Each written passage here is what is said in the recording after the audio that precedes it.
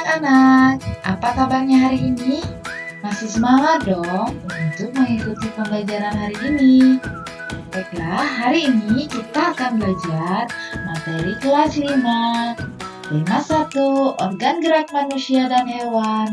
Subtema 2, manusia dan lingkungan. Pembelajaran 6. Tujuan pembelajaran kita pada hari ini yaitu Audio Jungle. pernahkah kalian pada saat bermain dengan teman, tiba-tiba kaki kalian atau kaki teman kalian mengalami kesleo? Tentu kalian pernah mengalami hal seperti itu, bukan? Nah, tahukah kalian apa itu kesleo? Dan apa penyebab terjadinya kesleo? Audio Jungle. Kesleo merupakan gangguan atau cedera yang terjadi pada otot. Hal tersebut dapat terjadi karena adanya gerakan dadakan, kekurangsiapan otot untuk melakukan suatu gerakan, juga karena adanya paksaan gerakan pada otot. Kesleo bisa terjadi kapan saja dan di mana saja, serta dalam kegiatan apa saja. Misalnya, saat berolahraga. Salah satu jenis olahraga yang rentan terjadinya kesleo atau cedera adalah olahraga sepak bola. Karena dalam sepak bola, kerja otot sangat difosil. Tubuh harus bergerak dan berlari dalam jangka waktu yang lama. Oleh karena itu, untuk memperkecil kemungkinan terjadinya cedera, sebelum melakukan permainan sepak bola atau olahraga lainnya, haruslah menguasai teknik-teknik terlebih dahulu. Selain itu, kita juga harus melakukan pemanasan agar tulang dan otot-otot kita dalam keadaan siap. Berikut ada bermacam-macam gerak pemanasan pada otot. Yang pertama itu ada gerak membengkokkan, contohnya membengkokkan siku, ruas jari, dan lutut. Gerakan yang kedua adalah gerak meluruskan, contohnya meluruskan siku, lutut, dan ruas jari. Contoh gerakan yang ketiga yaitu gerak mendekatkan sumbu. Contohnya gerak yang mendekatkan tungkai dengan sumbu tubuh. Yang keempat ada gerak menjauhkan. Contohnya gerakan tungkai menjauhkan dari sumbu tubuh. Yang kelima ada gerak memutar. Contohnya memutar lengan sehingga lengan bisa menengadah. Yang keenam ada gerakan ke bawah atau menurunkan. Banyak sekali fungsi dari jaringan otot pada tubuh manusia. Namun, terkadang orang kurang memperhatikan cara menjaga kesehatan dari otot tersebut. Oleh karena itu, sering terjadi kram, nyeri, atau cedera otot yang cukup menyakitkan. Bagaimanakah cara menjaga kesehatan otot? Berikut adalah cara menjaga kesehatan otot pada manusia. Yang pertama adalah menghindari gerakan yang membebani kerja otot secara berlebihan. Agar terhindar dari gangguan atau cedera pada otot, maka kita harus menghindari kegiatan atau gerakan yang dipaksakan, gerakan tiba-tiba, dan kegiatan-kegiatan yang terlalu membebani kerja otot. Yang kedua, melakukan peregangan. Lakukan beberapa gerakan peregangan sebelum dan sesudah melakukan aktivitas tertentu yang memanfaatkan kerja otot dalam jangka waktu yang lama, seperti saat melakukan olahraga, berjalan jauh, dan berlari.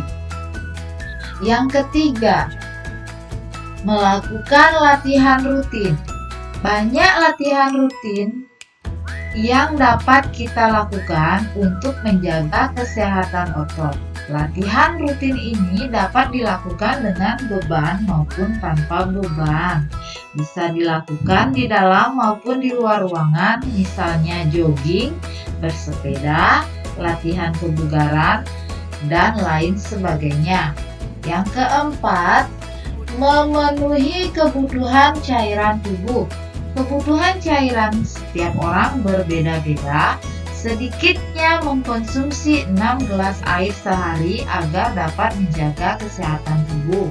Cairan dapat membantu otot melemaskan setelah berkontraksi, serta dapat melembabkan sel-sel otot sehingga tidak mudah mengalami ketegangan.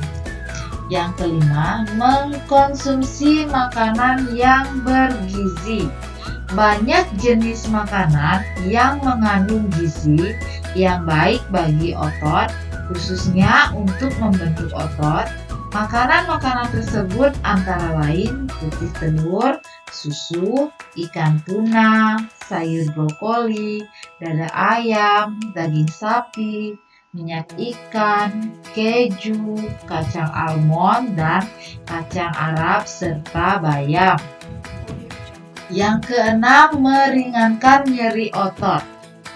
Gunakan krim khusus untuk menimbulkan rasa hangat sehingga otot yang kram menjadi lebih rileks. Nah, coba perhatikan gambar berikut.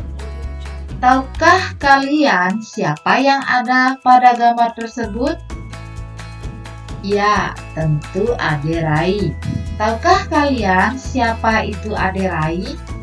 Untuk lebih mengetahui siapa itu Ade Rai, mari kita simak bacaan yang berjudul Ade Rai Binaragawan Perkasa Indonesia. Bacaan Ade Rai Binaragawan Perkasa Indonesia terdiri dari 7 paragraf, dan setiap paragraf tentu saja terdapat sebuah ide pokok atau gagasan pokok. Mari kita coba menemukan ide pokok atau gagasan pokok pada setiap paragraf dalam bacaan tersebut. Pada paragraf pertama, Ade Rai adalah sosok pria perkasa yang sangat terkenal di Indonesia, bahkan di dunia. Sebagai binaragawan Indonesia, banyak sudah prestasi yang diraihnya, baik di tingkat nasional maupun internasional. Saat ini, Ade Rai telah pensiun sebagai atlet binaraga. Meskipun demikian, ia tetap aktif menjadi pembina dan membuka tempat kebugaran di beberapa daerah Indonesia. Gagasan pokok atau ide pokok terdapat di awal paragraf, yaitu Ade Rai adalah sosok pria perkasa yang sangat terkenal di Indonesia. Pada paragraf kedua, pada waktu kecil, Ade Rai hanya seorang anak kecil yang memiliki tubuh kurus, bahkan bisa dibilang sangat kurus. Pada umur 10 tahun, Ade Rai hanya memiliki berat badan 25 kg. Bahkan hingga mencapai remaja dengan tinggi 183 cm, berat badan Ade Rai hanya 55 kg.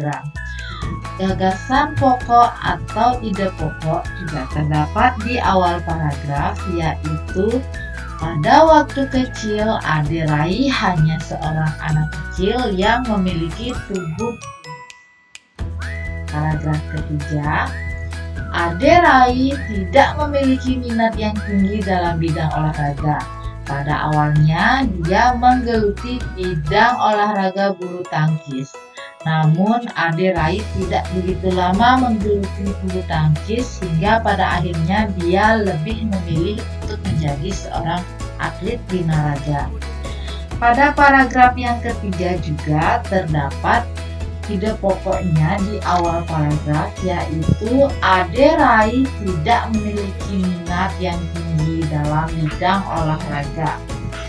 Selanjutnya pada paragraf keempat Prestasi pertama Ade raih dalam bidang binaraga diraih pada tahun 1995. Prestasi tersebut memicunya untuk terus aktif mengikuti berbagai kejuaraan, mulai dari lingkup kecil hingga besar, mulai dari lokal, nasional, hingga internasional. Hingga akhirnya Ade raih terus berkembang dan meraih prestasi demi prestasi dari berbagai kejuaraan. Audio Jungle. Pada paragraf keempat ini juga terdapat gagasan pokoknya terdapat di awal paragraf, yaitu prestasi pertama Ade raih dalam bidang binaraga diraih pada tahun 1995. Pada paragraf kelima, Audio Jungle. masalah prestasi yang diraih Ade raih tidak perlu diragukan lagi. Dari beberapa kejuaraan yang diikutinya selalu membuahkan hasil mengagumkan. Salah satunya kemenangannya di Masclemania World atau kejuaraan dunia binaraga kelas berat ringan. Dari situlah kemudian membawa Ade raih menuju ke kejuaraan multi-event Asia Tenggara atau SEA Games pada tahun 1997. Pada kejuaraan tersebut, Ade raih pun mampu mempersembahkan emas bagi bangsa Indonesia. Bahkan setelah itu masih banyak piala dan medali yang ia raih dari berbagai kejuaraan tingkat nasional dan internasional. Pada paragraf kelima ini juga gagasan pokok atau ide pokoknya terdapat di awal paragraf, yaitu prestasi yang diraih Ade raih tidak perlu diragukan lagi. Pada paragraf ke-6, berkat prestasi-prestasinya itulah Ade raih turut mempromosikan binaraga di Indonesia. Dari sebelumnya yang sepi peminat hingga akhirnya olahraga binaraga menjadi olahraga yang banyak diminati oleh Indonesia, baik pria maupun wanita.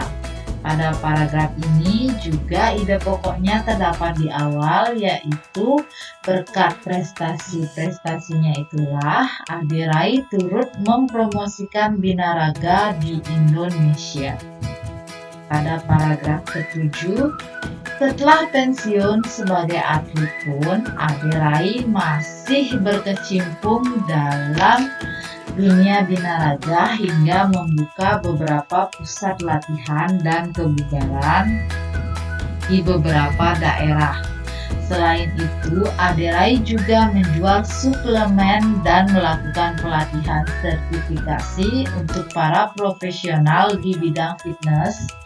Ade juga aktif mengampanyekan hidup sehat melalui fitness dengan menerbitkan buku dan majalah serta menjadi pembicara di berbagai seminar. Pada paragraf ini juga ide pokok dan gagasan pokoknya terdapat di awal paragraf, yaitu setelah pensiun sebagai atlet pun Ade raih masih berkecimpung dalam dunia binaraga. Audio Jungle. Nah, setelah membaca bacaan tersebut, adakah yang berkeinginan untuk menjadi binaragawan? Untuk menjadi seorang atlet binaraga memerlukan latihan yang rutin, terukur, dan membutuhkan waktu yang tidak sebentar dalam membentuk otot-ototnya.